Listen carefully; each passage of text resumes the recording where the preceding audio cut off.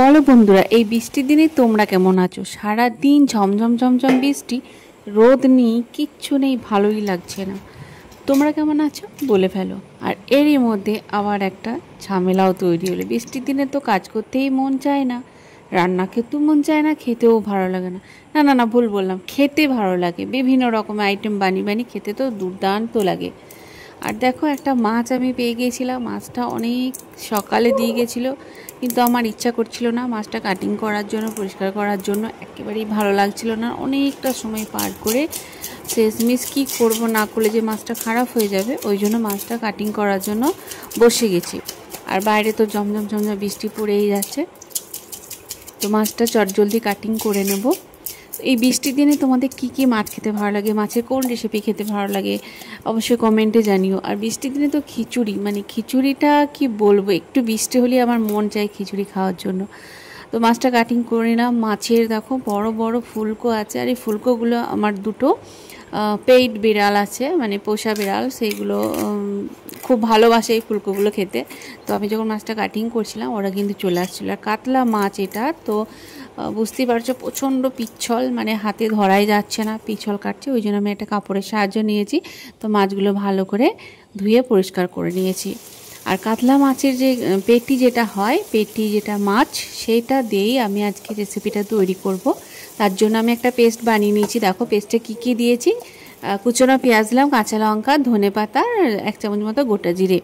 তো খুব সুন্দরভাবে একটা মিহি পেস্ট আমি বানিয়ে নিয়েছি। এবারে দেখো আমি মাছের কোন অংশটা নিয়েছি, একেবারে নরম পেটি যেটা বলে, গাদা যেটা বলে, ঠিক সেটাই নিয়েছি। তো সেটাকে একটু নুন, হলুদ গুঁড়ো, লঙ্কা গুঁড়ো আর ধনে গুঁড়ো, জিরে গুঁড়ো আমি এখানে দিচ্ছি না, কারণ আমি পেস্টের সময় গোটা জিরে দিয়েছিলাম, ঠিক আছে। তো এখানে আমি বাদ দিয়ে দিয়েছি।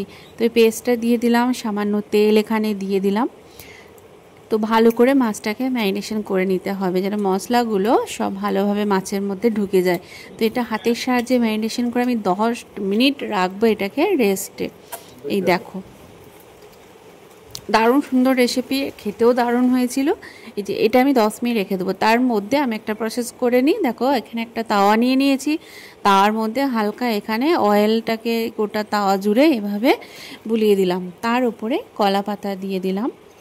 তার উপরে যে ম্যারিনেশন করা মাছগুলো ছিল সেগুলো এর মধ্যে এক এক করে দিয়ে দেবো এইভাবে। তো দেখো সব দেয়া হয়ে গেল। সামান্য একটু গ্রেভি বেঁচেছিল, সেটাও এর মধ্যে আমি দিয়ে দিলাম। তো ঠিক এইরকম প্রসেসে এর উপর থেকে আমি সামান্য একটু অয়েলও দিয়ে দেবো, যাতে তলাতে, মানে কলাপাতার উপরে অয়েলটা চলে যায়। আর অলরেডি তো তার উপরে অয়েল তো দেওয়াই আছে, এর উপরে আবার একটা কলাপাতা এভাবে বসিয়ে দেব, আবার একটা দিয়ে দেবো, যাতে কোনোভাবেই যেন এর ভিতরে স্টিমটা বাইরে না বেরিয়ে আসে। তো এটাকে একটা ঢাকনা দিয়ে এভাবে ঢাকা দিয়ে দেবো। আর যে কলা পাতাগুলো বেরিয়েছে সেগুলো একেবারে ধরে ভাঁজ করে ভিতরে ঢুকিয়ে দেবো, যেন কোনো দিকে ফাঁকা না থাকে আর একটু স্টিম যেন না বেরোয়। তো চলো গ্যাসের চুলা এরপর আমি স্টার্ট করব। এই যে অন করে দিলাম। আর চুলার আঁচ কিন্তু অবশ্যই লো টু মিডিয়াম রেখেই এটা বানাতে হবে। তো চলো দেখা যাক। এই যে এই পর্যায়ে হয়েছে, তো আমি একবার চেক করে দেখে নেব যে প্রপারলি এটা কুক হয়েছে কি না। যদি না হয় আরও কিছুক্ষণ রাখতে হবে। তো দেখে নিই একটু।